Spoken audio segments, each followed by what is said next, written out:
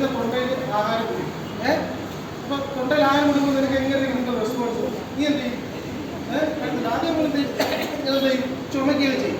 ഒന്നാമത്തെ കാര്യം നമ്മൾ മനസ്സിലാക്കേണ്ടത്, നമുക്ക് കലശലായ നെഞ്ചുവേദനയോ തൊണ്ടയിലൊക്കെ ഭക്ഷണം കുടിക്കാൻ സ്വന്തമായിട്ട് രക്ഷപ്പെടണം. ആ ദിവസം എന്ത് ചെയ്യുക? ശക്തമായിട്ട് ചുമയ്ക്കുക. ശക്തമായിട്ട് എന്ത് ചെയ്യുക? ചുമയ്ക്കുക. അതൊരു നമ്മുടെ ശരീരം എടുക്കുന്ന ഒരു പ്രതിരോധ പ്രവർത്തനം പോലെ നമുക്ക് ചെയ്യാൻ കഴിയുന്ന ഒന്നാണ്. എന്താ? ശക്തമായി വാദം എന്ത് ചെയ്യുക?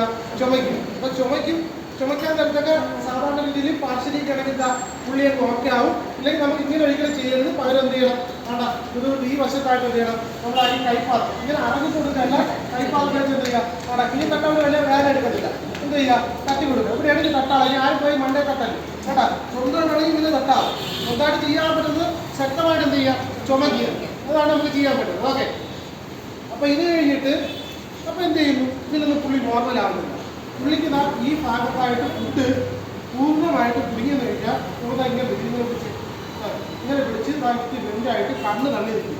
ഇങ്ങനെ ഒരാൾ എന്ന് കഴിഞ്ഞാൽ നമ്മൾ മനസ്സിലാക്കേണ്ട കാര്യം, ഇയാൾക്ക് ശ്വസിക്കാൻ കഴിയുന്നില്ല. കുറച്ച് സമയത്തിന് ശേഷം നമുക്ക് വായു കിട്ടാത്ത, ഓക്സിജൻ കിട്ടാത്തൊരവസ്ഥ ഒന്നും വേണ്ട. നമ്മൾ രണ്ടുപേരും നമ്മൾ എന്ത് ചെയ്യണം? കുറച്ച് നേരം മൂക്കുമാരോടൊന്ന് കൊത്തിപ്പിടിച്ച് നോക്കിയാണ് നമുക്ക് ആ അവസ്ഥ എന്ന് പറയുന്നത്. അതല്ലേ ഈ നീന്തൽ, ഈ വെള്ളത്തിലൊക്കെ ആത്മഹത്യ ചെയ്യുക, നീന്തൽ അറിയാവുന്ന ചാടിയിട്ട് കയറി രക്ഷപ്പെടുന്ന കാര്യം എന്താ?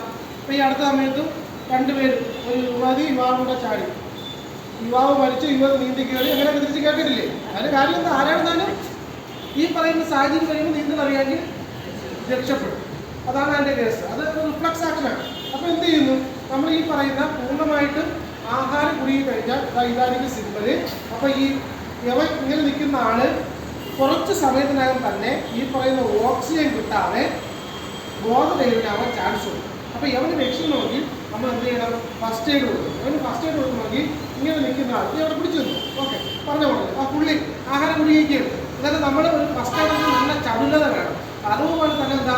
വേഗതയും പ്രധാനം. ഇതൊക്കെ ഇപ്പോൾ ഞാൻ എൻ്റെ മുമ്പ് ചെയ്യണമെങ്കിൽ ഞാൻ വളരെ വേഗത്തിൽ തന്നെ ചെയ്യും. നിങ്ങളും അങ്ങനെ തന്നെ ചെയ്യണം. അപ്പോൾ എന്ത് ചെയ്യണം? അപ്പോൾ ഈ പറയുന്ന ആൾക്ക് രക്ഷിക്കണമെങ്കിൽ ഒന്ന് നമ്മൾ മനസ്സിലാക്കേണ്ടത്, ഇവർ പെട്ടെന്ന് വീഴാം, തറയിൽ എന്ത് ചെയ്യാം? വീഴാൻ ചാൻസ് ഉണ്ട്. അതുകൊണ്ട് നമ്മളൊരു സപ്പോർട്ട് കൊടുക്കണം. നമ്മൾ ഈ പറഞ്ഞാൽ എന്ത് ചെയ്യണം? ഇവൻ്റെ കാലിനോട് നീട്ടി നമ്മുടെ ബോഡിയോട് എന്ത് ചെയ്യണം? കാര്യം. എന്നിട്ട് നമ്മൾ ഈ രണ്ട് കൈക്കടയിൽ നമ്മുടെ കൈ പിടിച്ചിരിക്കുകയല്ലേ, ഇതെന്ത് ചെയ്യണം? പിടിച്ചെന്ത് ചെയ്യണം? തട്ടി മാറ്റി കഴിഞ്ഞ് നമ്മൾ ഇടത് കൈ നേരെ നമ്മുടെ ഈ പൊക്കുണ്ടല്ലോ, പൊക്കിളിന് തൊട്ട് മുമ്പായിട്ട്, അതായത് ഇതിനെ ഉദരസാക്ഷി എന്ന് പറയും കേട്ടോ. അതായത് കൊറാക്സിക് ക്യാവിറ്റി, ഇത് അബ്ഡോമിനൽ ക്യാവിറ്റി, അതായത് ഉദരാശയം എന്ന് പറയും. ഇതല്ല ആമാശയം, ഇത് ഉദരാശയവും അബ്ഡോമിനൽ ക്യാവിറ്റിയാണ്. ഇവിടെ ഈ ജയാകൃതിയിലാണ് നമ്മുടെ ആമാശയമുള്ളത്.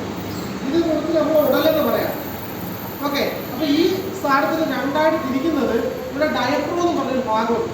നമ്മളെ ശ്വാസകോശത്തിന് സ്വന്തമായിട്ട് ചലിക്കാനുള്ള കഴിവില്ല, പേശികളില്ലാത്ത, സ്വന്തമായിട്ട് ചലിക്കാൻ കഴിയില്ലാത്ത അവയവം ഏതാ? നമ്മുടെ ശ്വാസകോശം. ശ്വാസകോശത്തെ ചലിക്കാൻ സഹായിക്കുന്ന അവയവം ഡയഫ്രം. നമ്മൾ ഈ പൊക്കിളിന് തൊട്ട് മുമ്പായിട്ട് ഡയഫ്രത്തിന് താഴെയായിട്ട് നമ്മൾ ഈ കൈ ഇതുപോലെ മുറുകെ പിടിച്ച് താഴോട്ട് മുറുകെ പിടിച്ചിട്ട് ഇതുപോലെ ബെൻഡ് ചെയ്ത് നിർത്തണം. ബെൻഡ് ചെയ്ത് നിർത്തിയിട്ട് 1 2 3 4 5 5 തട്ട് ശക്തമായിട്ട് ഇവിടെ എന്ത് ചെയ്യണം? 5 തട്ട് കൊടുക്കണം. 1 2 3 4 5 5 തട്ട് കൊടുക്കും. എന്നിട്ട് നമ്മൾ ഈ കൈ, ഈ പറയുന്ന കൈ നേരെ പോയിട്ട് ഈ ഇവിടെ വെച്ചിരിക്കുന്നില്ലേ, ഈ കഴിച്ചിരിക്കുന്നില്ലേ, ഇതിലേ പോയി ഇത് നമ്മൾ ചെയ്യുന്നതിൻ്റെ പ്രവർത്തനം വെച്ചാൽ നമ്മൾ ഈ ആമാശയത്തിൽ ഈ പറയുന്ന കുറച്ച് ഒരു പ്രഷർ കൊടുത്ത് ഡയഫ്രത്തിന് ഒരു മൂവ്മെൻറ്റ് കൊടുത്ത് നമ്മുടെ ഈ ശ്വാസകോശത്തിൽ കിടക്കുന്ന വായു പുറത്തോട്ട് തള്ളിപ്പിക്കാൻ ശ്രമിക്കുകയും അപ്പോൾ എന്ത് ചെയ്യും? ഈ പറയുന്ന തടസ്സം എന്ത് ചെയ്യും? നീങ്ങും. അതുകൊണ്ട് നമ്മൾ ഇതുപോലെ പിടിച്ച് താഴോട്ട് മുകളിലോട്ട് കടന്നിരിക്കുക. 1 2 3 4 5 തലം പിടിയിട്ട് നമ്മൾ ആമാശം താഴെ ചെയ്തില്ല. 1 2 3 4 5 വീണ്ടും നമ്മൾ എന്ത് ചെയ്യണം? ഇത് ഇടം 1 2 3 4 5 വീണ്ടും നമ്മൾ എന്ത് ചെയ്യണം? 1 2 3 4 5 വളരെ ഫലപ്രദമായിട്ടുള്ള ഫസ്റ്റ് എയ്ഡാണ് തൊണ്ടയിൽ ആഹാരം കൊടുക്കുന്നതെങ്കിൽ. ഈ പറയുന്ന ഫസ്റ്റ് എയ്ഡ് ഉപയോഗം നമുക്ക് ഏറ്റവും കൂടുതൽ തൊണ്ടയിൽ ആഹാരം കൊടുക്കുന്ന ആൾക്കാരെ രക്ഷിക്കാൻ ഇതാണ് ഏറ്റവും അനുയോജ്യമായ മാർഗം, ശരിക്കുള്ള ശാസ്ത്രീയമായിട്ടുള്ള മാർഗം എന്ന് പറയുന്നത്. ഓക്കെ. ഇനി നമ്മൾ ശ്രദ്ധിക്കേണ്ട കാര്യം, ഇപ്പം ഗർഭിണിയാണെന്ന് വിളിച്ചത്, ഒരാൾ എന്താണ് ഗർഭിണിയാണ്. അപ്പോൾ ഗർഭിണിയിൽ നമ്മൾ നേരെ തൊണ്ടയിൽ ആഹാരം വീങ്ങി കഴിഞ്ഞ് നമ്മൾ ഇതേപോലെ ഇവിടെ വെച്ചിട്ട് 1 2 3 4 5 എന്ന് വളരെ ശക്തമായിട്ട് ചെയ്യണം. അപ്പോൾ എന്ത് ചെയ്യും? അതാണ് നമ്മുടെ അറിവില്ല. ഒരു ഫസ്റ്റ് എയ്ഡ് എപ്പോഴും നല്ല അറിവുള്ള കാര്യമാണ്. അപ്പോൾ ഗർഭിണിയാണെങ്കിൽ നമ്മൾ മനസ്സിലാക്കുന്ന കാര്യം അത് കുഞ്ഞിനെ കൂടെ എന്ത് ചെയ്യും? ബാധിക്കും. അപ്പോൾ ഗർഭിണി നല്ല കുടവയറുള്ളത് അവരിൽ നിന്ന് നമ്മൾ എന്ത് ചെയ്യും? ഈ പൊക്കിളിന് തൊട്ട് മുകളിലായിട്ട് നമ്മൾ എന്ത് ചെയ്യും? അബ്ഡോമിനൽ ടെസ്റ്റ് ചെയ്യാൻ നിൽക്കാതെ നമ്മളിതാ നേരെ ഇത് കണ്ടിട്ടല്ലേ? ഇവിടെ ഒരു പരന്നല്ലുണ്ട്, അതാണ് മാറൽ. ഇത് വാരിയല്. ഇവിടെ ഒരു പരന്ന ഒരിലുണ്ട്, ഇതാണ് മാറൽ, സ്റ്റേനോ.